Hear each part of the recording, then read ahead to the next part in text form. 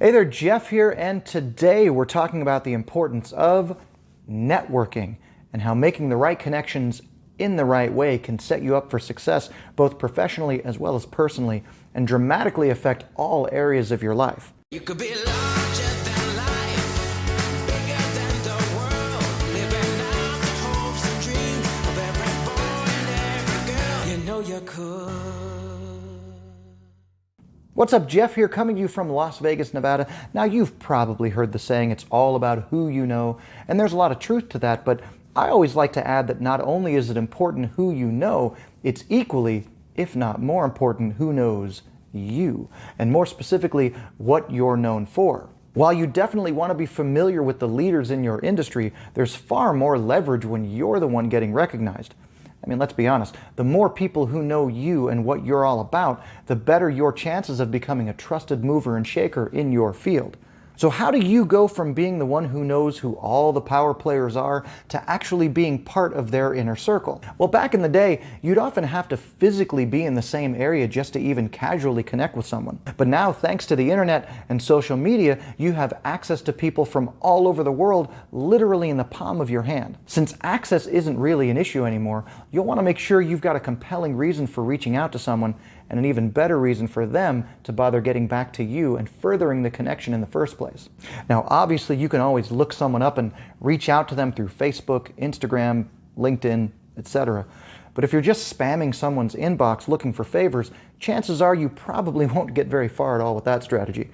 Regardless of whether you're hoping to make a connection with a big name in your field, or if you're just prospecting for new business, the best way to differentiate yourself is by providing as much value as possible right off the bat without expecting or asking anything in return. If you're able to approach them with a solution to a problem you know they're already having, that puts you in a great position because it shows that you're a true admirer of their work who follows them closely and actually took the time to find out what they needed help with.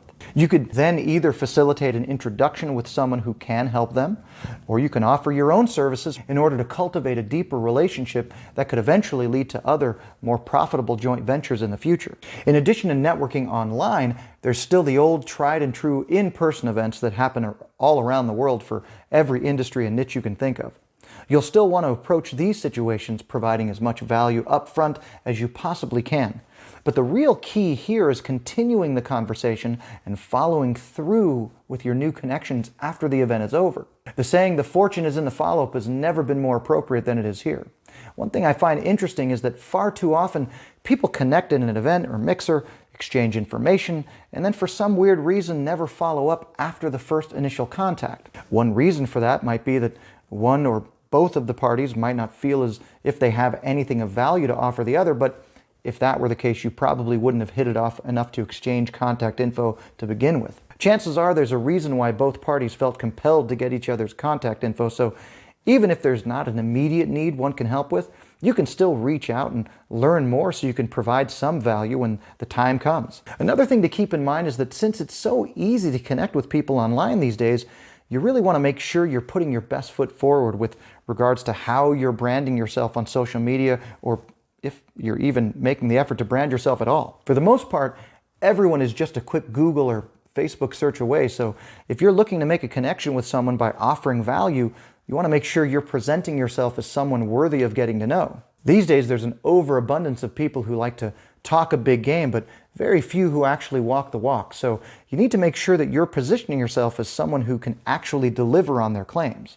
For example, if you're offering to help blow up my social media and I go to your Instagram page only to see you've got 20 followers and a few pictures of your cat, your lunch, or what your cat ate for lunch, I'll probably pass on taking you up on your offer, regardless of how nice or knowledgeable you may seem. We'll go into more detail later on how you can spruce up your brand and position yourself as the rock star you are, but for now, just remember you want to be as strategic as possible in your networking efforts. You never know who you're going to meet, and it only takes one great connection to move the needle forward in a truly significant and potentially life-changing way.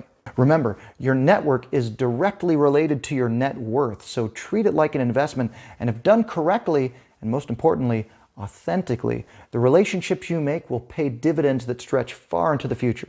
As always, I hope this provided you with some valuable takeaways and that I become part of your circle of influence.